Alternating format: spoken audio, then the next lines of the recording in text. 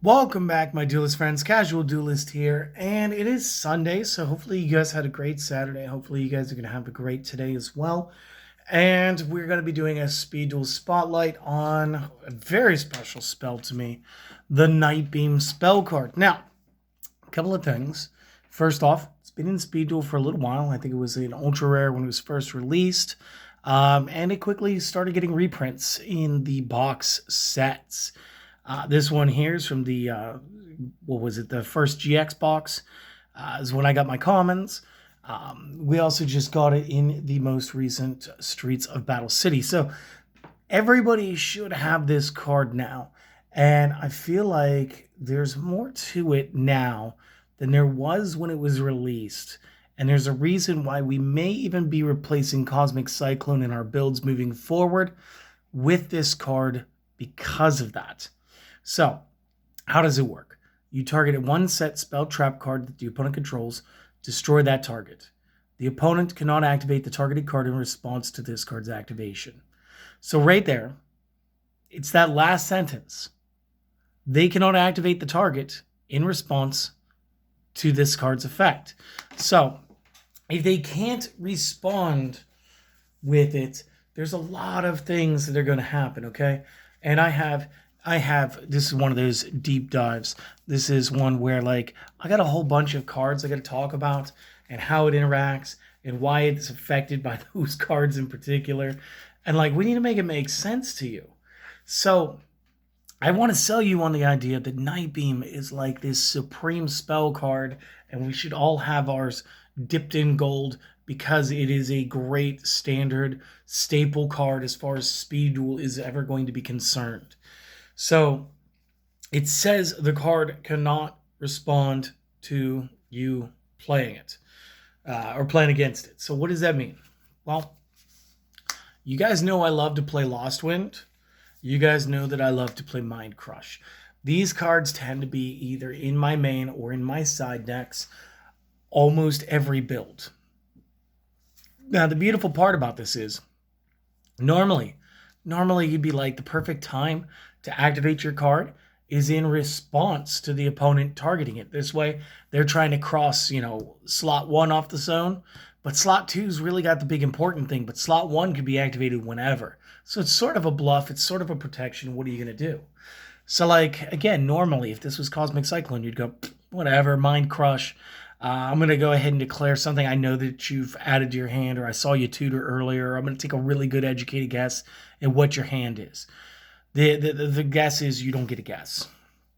So that's off. Lost Wind.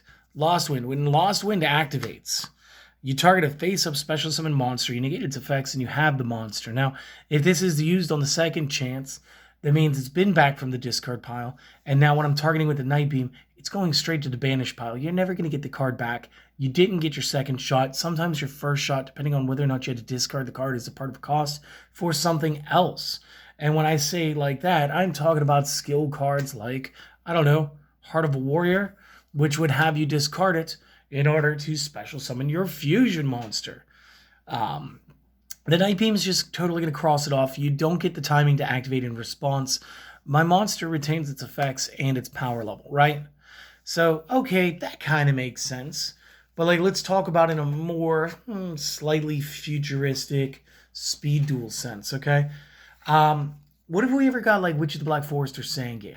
There's one card out there that would really annoy us. Now, it's not going to annoy us in the way that you might think because we don't actually have the card. Now, the interaction is things like Birthright and Call of the Haunted. Call of the Haunted is a skill. It can be set. It can be activated. But the way that these two are going to work, Birthright does it for normal monsters. I did this because I didn't want to go digging through my skills. I already had this sitting on the table today. I wanted to put down something like Call of the Haunted. And the reason is, if you were to Call of the Haunted in response to something that's destroying the back row card, you would then be able to resurrect a monster beforehand, then it would die and get destroyed. Now, if you have cards that say something like, when I go from the field to the graveyard, why do I say that? I say that because Chow Sai is a card, guys. Chow Sai, when he goes from the field to the graveyard, gets to target a spell trap in your opponent's graveyard and banish it.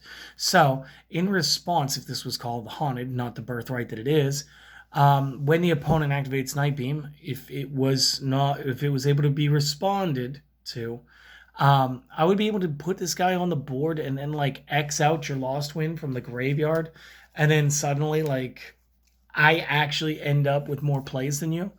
Or in this case, you just totally disrupt it. Another good meta card that I've seen a lot of side deck play lately, Dust Tornado. Dust Tornado's got this great effect where it wants to also let you set a spell trap afterward. So what happens is you activate this during the opponent's turn, right? The opponent's like, oh, I'm going to use Cosmic Cyclone on that card. Cool. I'm going to go ahead. I'm going to activate Dust Tornado. I'm going to take out your back row, your equipment card, your whatever, your face down trap card. I'm going to take that. I'm going to go ahead and set one so that I can go ahead and start activating it as soon as my turn starts. And in this case, the Night Beam is going to say no. Not only does it not get to try to retaliate, it doesn't get its additional utility play. So Night Beam is 4 for 4 right now, and it just gets better when you realize quick play spells exist in Speed Duel. So the way quick play spells work, I'm sorry, let me get a couple more of them. The way quick play spells work is we set these like they're traps. So when I set my Book of Moon and I set my Shrink, I'm basically waiting for you to go ahead and go like, yeah, I'm going to attack your monster. Cool, Shrink. And I'm going to wait as long as I can. If I can wait all the way to the damage step, that's great. That means that you can't do something like a Cosmic Cyclone to get rid of the Shrink and make me activate it prematurely. But the Night Beam disarms it entirely, much in the same way that the Lost Wind isn't going to have my stuff. Neither will the Shrink. I can't get the half value on your card for the turn. Or I can't split your fusion apart because it's just not opportune now. Or that Cosmic Cyclone I'm setting, waiting for your field spell play to go ahead and snap your field spell, that's not going to work. The Book of Moon isn't going to protect me. If you're playing something like Dragon Caller and you Night Beam first, and my Book of Moon was down, I don't get that whole I want to stop the character so much as if you had just played your Lord of D, at which point, then yeah, I would. Same thing with Offerings to the Doomed. I don't get a chance to like retaliate and break a monster on your side of the field. And so like this is kind of good. This is great for the opponents. Well, not great for your opponents, but like if they played this against you, it is. But this is like a crazy list of things that can be shut down from one single spell card. We've gotten a couple of times now, just as a common repack. And then there's like another strategy that just sort of popped up with this last box, the Streets of Battle City. It's not that we didn't already have Gear Freed the Iron Knight. It's the fact that we didn't have what goes with Gear Freed the Iron Knight. And so what we didn't have was we didn't have the Blast with Chain. Now, the way Blast with Chain is going to work in this scenario is Blast with Chain says you target a monster that you control, equip this card to it, it gains 500 attack, and then if it's destroyed by a card effect, wait while equipped, then you get to target a card on the field and destroy it. So generally, the play here is you summon Gear Freed, you set your back row, you end your turn, you wait for your opponent to do something that you don't like, you activate Blast with Chain, you equip it, and he immediately shatters it, which basically has him throw that stick of dynamite at the opponent. But if your opponent hits a Night Beam, you don't have activation time to flip and activate, nor do you actually get to be equipped. So this is totally disarmed. This strategy becomes nothing.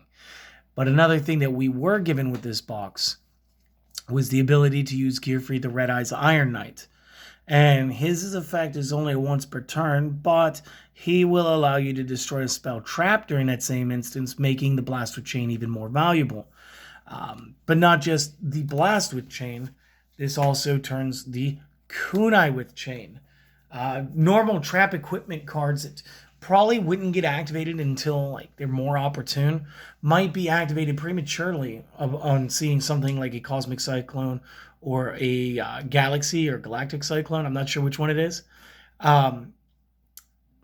Your opponent might actually go ahead and activate these prematurely to either get them on there and then go like, look, he responds immediately since he was equipped and pops it. I don't know if you have timing to do that in a response, But with Blast with Chain, it would be evident that it would be equipped at the bare minimum, and would be destroyed through the effect of either the opponent's card at that point, or depending on which gear freed it is. So again, Night Beam helps you clear up like everything that you're looking at right now. It helps you, like, again, I don't see anybody playing the Call of the Haunted Trap skill card anymore. And most of the reason is because it takes away a card out of your hand. You don't get that starting card anymore. And in this build, you're looking at, like, you know, Night Beam would just immediately crush your skill card without you even getting the chance to flip anything. So like this is like, it's kind of crazy, right? And it's all based on one card. And again, there's more. There will always be more things that slowly get added to this list as the game develops, as we incur more and more sets and releases, as the card pool expands. The list of what Night Beam works against gets bigger. And with Night Beam getting larger every time we get a ban list, like, I think it's time maybe I start cycling out the Cyclones for the Night Beams. And I think I need to, you know, just practice a little bit of what I preach, and show you guys what's going up with this. But this is a total glow up for this spell card. I do remember when it was first introduced, like the first time I think we played it, my buddy Joe, and like I haven't talked to him in a while. I feel bad. Might text him later.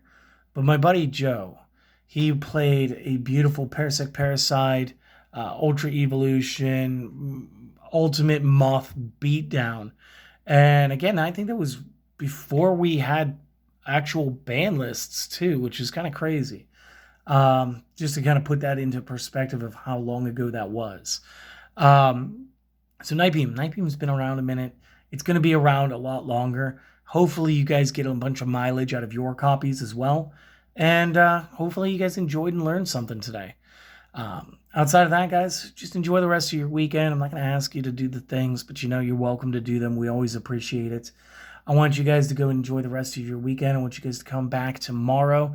Check out this really cool, this is like the last of my Mega Man decks. I do have one for Snake Man. He was kind of cool.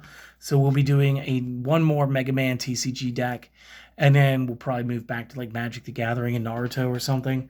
As I cycle through all the decks I had with other card games. So you guys have a great one. See you guys next time. And if maybe you missed it, we are going to be doing 3 other Speed Duel decks this week in the following order. We're going to have a Bountiful Ocean deck. We're going to have a requested Whale of a Tale. We are also going to have a requested Under Pressure. All 3 of these builds will be done this week.